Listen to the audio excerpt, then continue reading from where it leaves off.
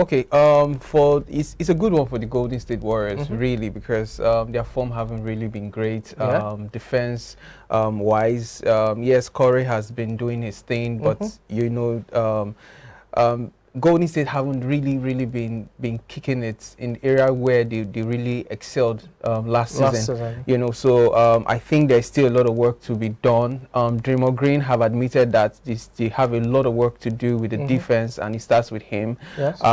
So yeah, it's a positive one. I like it when they win, because it actually gives them that drive to want to get the next game, and after that. So yeah, it's a good one. I really like it. And for Corey to be doing what he's doing, remember, he's like the one that drives the atmosphere in that team. So when Corey is cooking, you kind of like think that, hey, there is hope here, and I think they will only get better.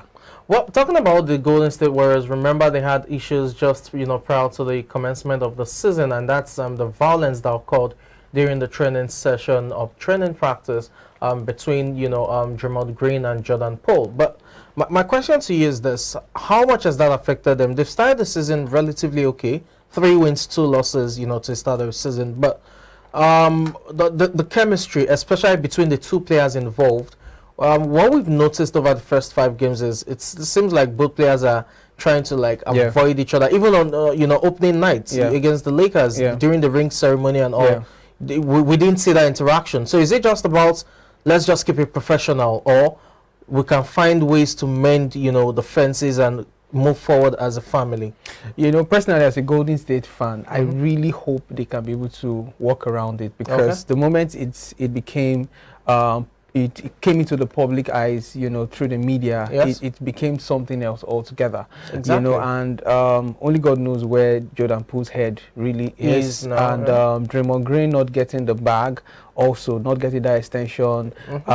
You really see that as something that might most likely affect the chemistry of that team, because it now looks like the management picked Wiggins and Poole over him, So, and you could see, I think during their match with the Lakers, the Lakers opening night, you could see Draymond Green and LeBron James sharing a moment on the pitch, and during the game. And so it's for a Warriors fan, you want to okay, so what's going on here? Because Draymond Green has been rumored to, if he wants to leave Golden State, he's going to the Lakers. And so most likely, with everything playing out right now, that might most likely happen even before the end of the season. Okay, before I leave the Lakers, let's just address this. You think the fine was the best way to punish Green? That was violence, domestic assault, whatever adjective you want to use to qualify it. He threw a punch to the head of Poole. You think that was the right punishment? Do you think the Warriors board handled that issue well? Well, I think again, you want to look at the best way to handle it, but in a way that will not affect the balance, balance of the team.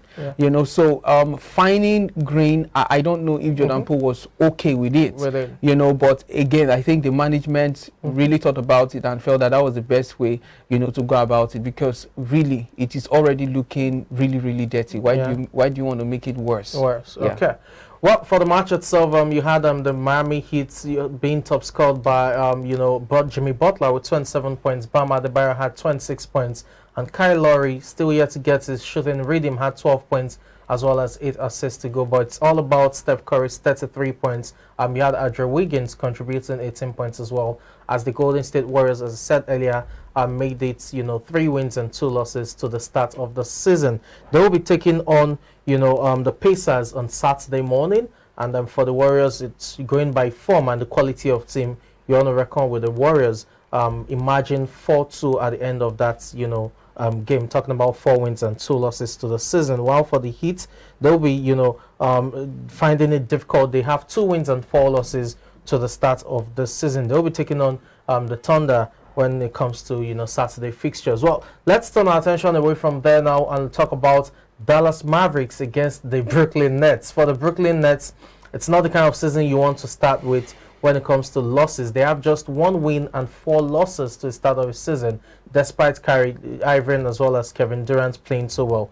This was overtime. But Doncic is Doncic. Look at Doncic stepped up, triple-double, 41 points. what exactly is wrong with the Nets? I don't even want us to look at. No, I know I'm saying that. You know, if we look at the Mavs, I mean, they made the postseason, they played so well.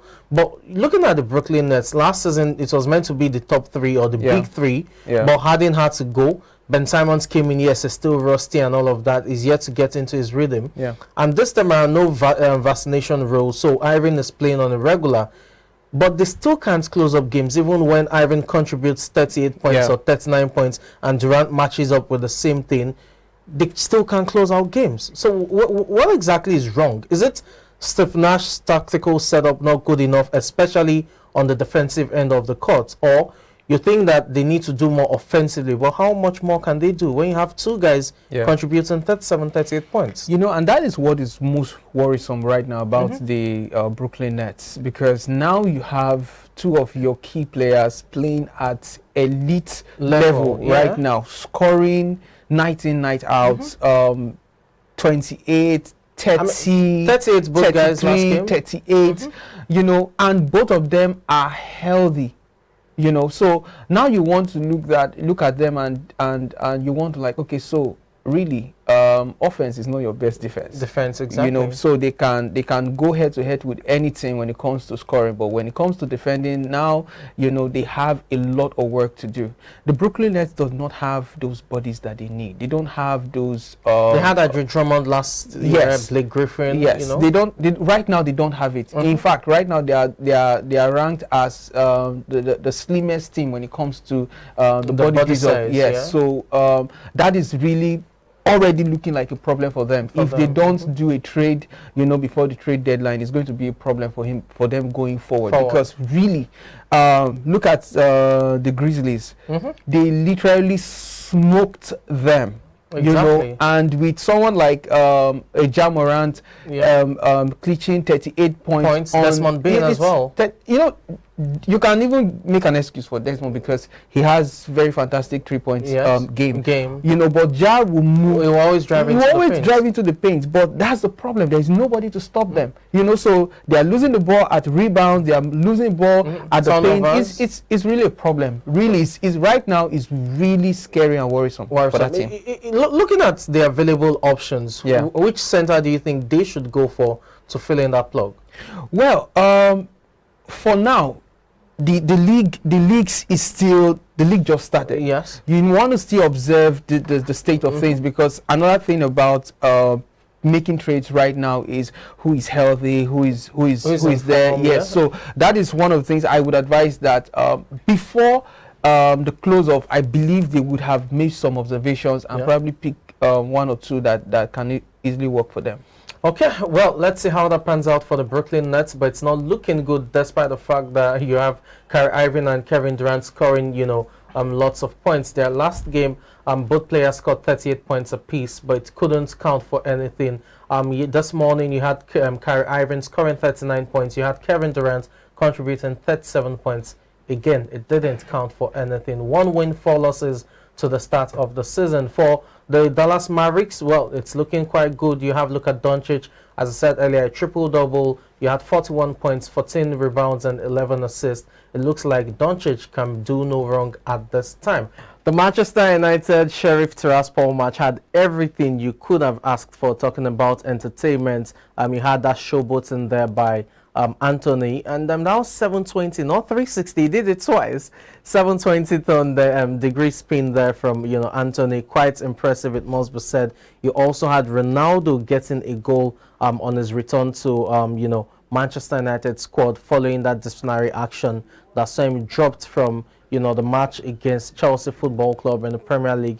And to Dalot scoring, it was quite an impressive performance from Manchester United, and they're through to the next round of the Europa League. Well, let's move away from there, talk about Arsenal quickly. Arsenal were in action as well and haven't confirmed their place.